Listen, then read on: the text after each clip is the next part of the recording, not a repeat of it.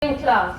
So there was the Rath Yatra, there was the distraction from all the chaos being caused by neoliberalism as well as the Mandal Commission. So you had all this coagulating into the idea of Hindu pride. When you're talking about Modi saying that there are only two castes, the poor and those who want to save the poor from poverty, of course, I'm sorry to say this isn't Modi's idea, it was Gandhi's idea. You know, it started then. And you had, and I have to say that we are a nation of extremely dishonest people. When we look at this person, I won't get into it now, but you also had the same, when you're talking about sanitation workers, in The Doctor and the Saint, I have an essay written by Gandhi called My Ideal Bhangi, in which he talks about how privileged people are to clean other people's shit, and it is so disgusting to belong to a society like this. It is so shameful, and to make politics out of dealing with sewage, to try and make Mahatmas out of dealing with sewage. Everyone does it in the world. People deal with their own sewage, except in India. It's really very, very sad. But the fourth is the emergence of a single dominant authoritarian party, the fabrication of an external and internal threat to the nation, often racial, religious, or ethnic in form. Now, if you remember what happened in 2001, when the World Trade Towers went down, when the world turned openly when it turned openly Islamophobic, when Islamophobia was an accepted mode of politics. 3 weeks later, or 6 weeks later, Modi was appointed, not elected, but appointed the Chief Minister of Gujarat. Then you look at the events that followed. I have written about it a lot, so in great detail. But then you had the Parliament attack. You had the Supreme Court coming out with a judgment years later, which sort of, I'm just paraphrasing now, but it said, we have no evidence to prove that Mohammed Afzal is a member of a terrorist organization, but in order to satisfy the collective conscience of society, we are sentencing him to death. You remember the atmosphere after the Parliament attack. Then you had Godhra and the massacre in Gujarat. And today you have the people who have Mihir and Tista Setalwar, people who have documented so carefully evidence of what happened there. Today they are in the dock. Today they are in jail. Today the Adivasis who were killed in Gompat's relatives are in the dock. Himanshu Kumar is in the dock. You're not allowed to speak about massacre. You had the NRC protest ending in a massacre in Delhi. Now for Muslims it's a crime to be murdered. And those who are speaking about peace, speaking about the Constitution, they're the ones who are in jail today. The foreclosure of democratic or autonomous means of expression. So here you have two things. One is what has been done to the media. The structure of the media is intrinsically a conflict of interest, because obviously it's corporate owned or the money comes from corporate advertising. But you also have today Adani, who we spoke about earlier, doing a hostile takeover of NDTV. Adani, in whose plane, symbolically, with the name slashed all across the body of the plane, Adani, Modi flew from Ahmedabad to Delhi to take over the job of the Prime Minister of this country. It was a message. Within 8 years, Adani's wealth has grown from $8 billion to $139 billion. Yesterday, I don't know how many of you followed, but Adani was in Rajasthan, but there's a Congress government.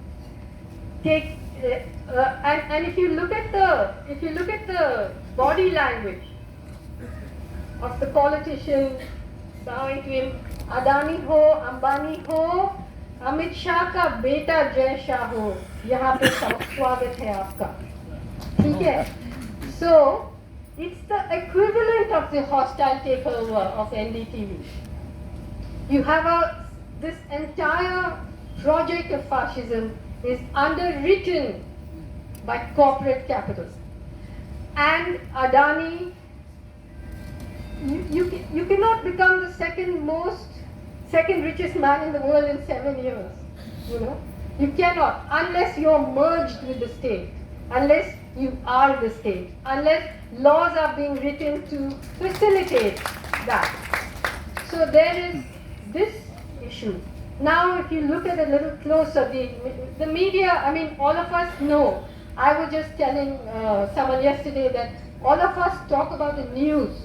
All of us talk about what fake news is and how news has been taken over and manipulated. But I'm sure not many of you, I mean, I certainly don't watch these TV serials, on these channels.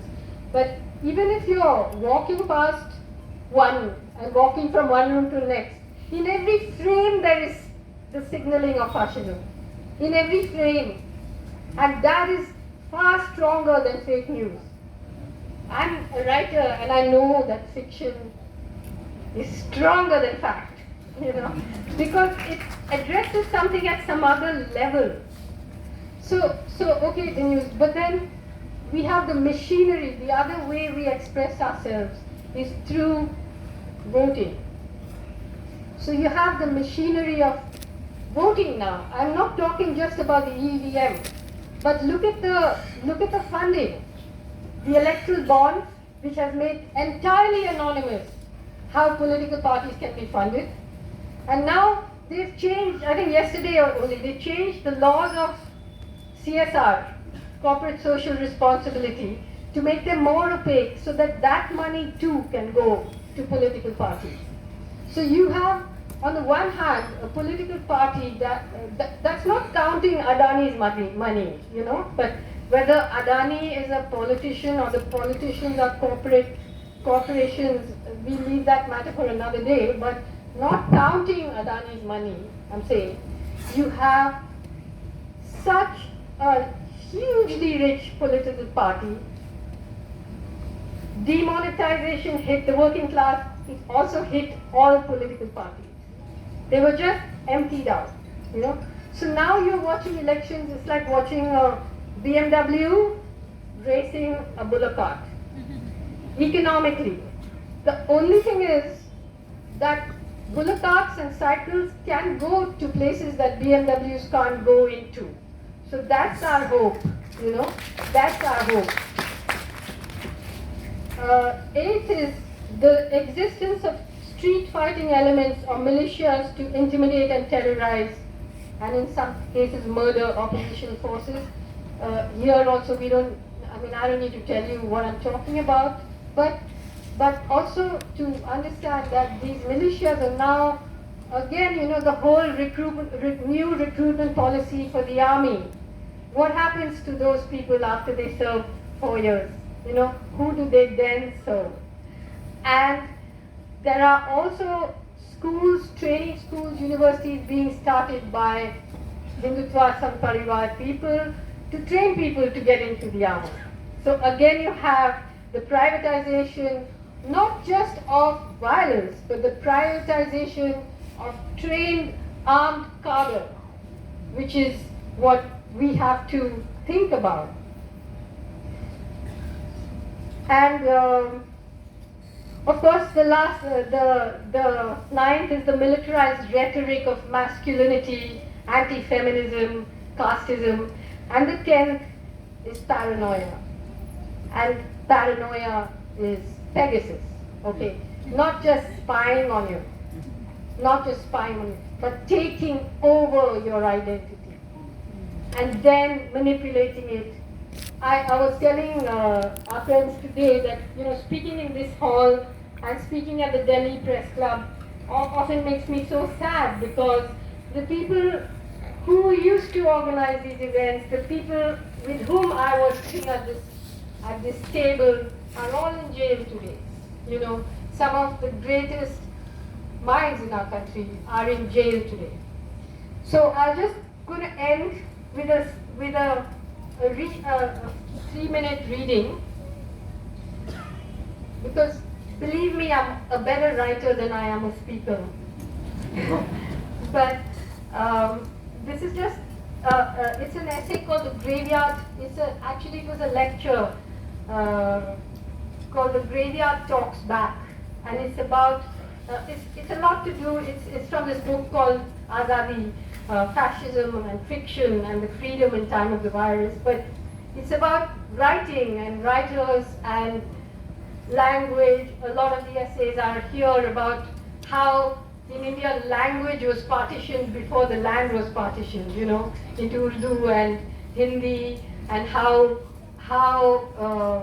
basically Gaurakshaks, this Hindustan movement, all of them started together, And of course, the irony is the Hindustan, they're all Persian words borrowed by Hindutva forces.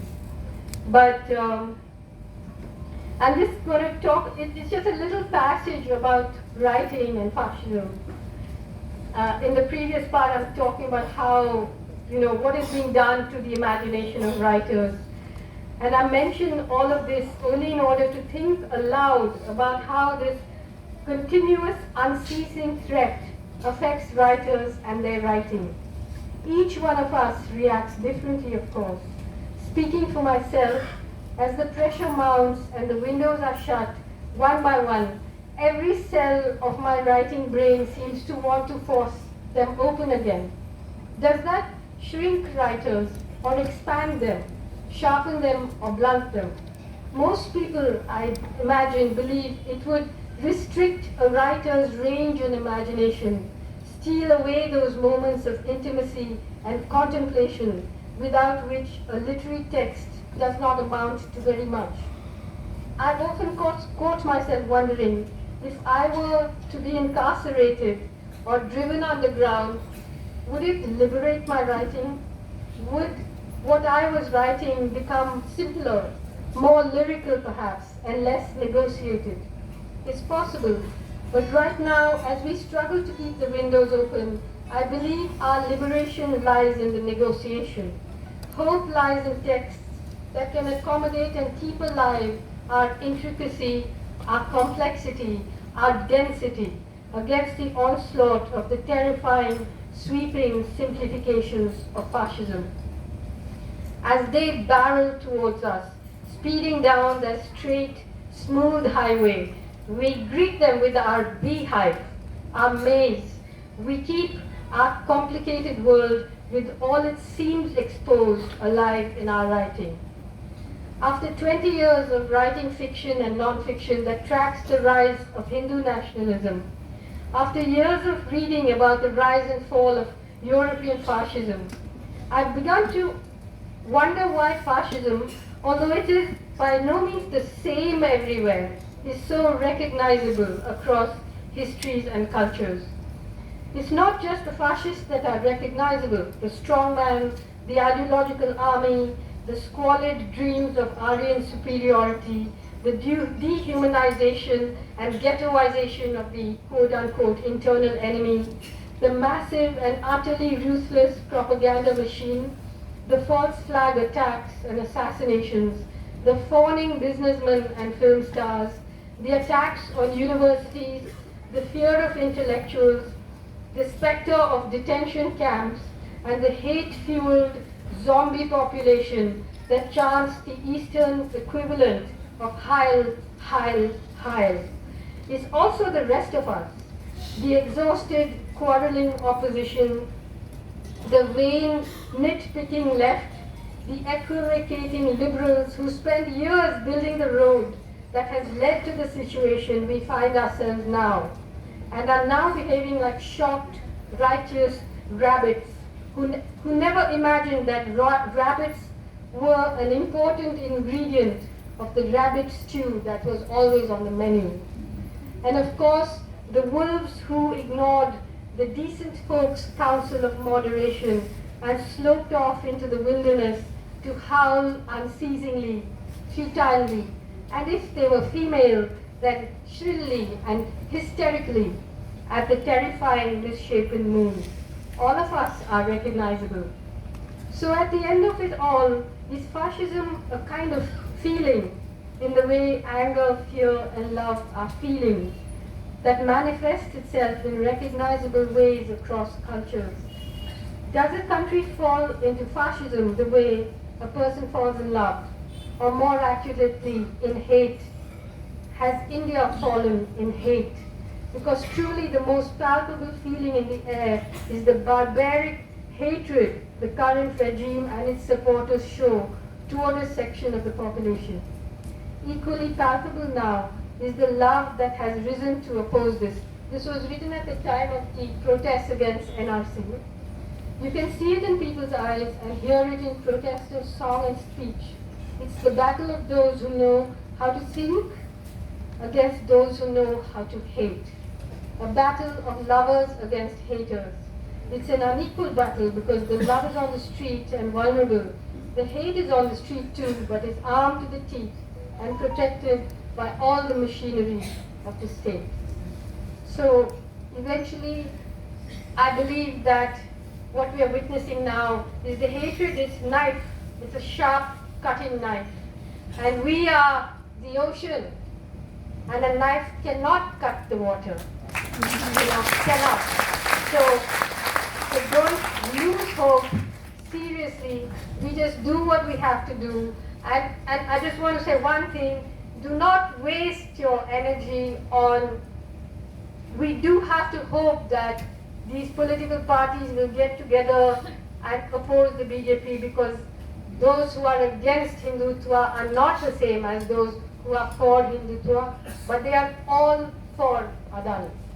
And as we know, that process, how it will end, we don't know, but we have to do what we have to do, you know. So we have to, every little street corner matters. It's not just the big stuff. Thank you very much. Inkilab Zindabad. Jai Hind, Matra.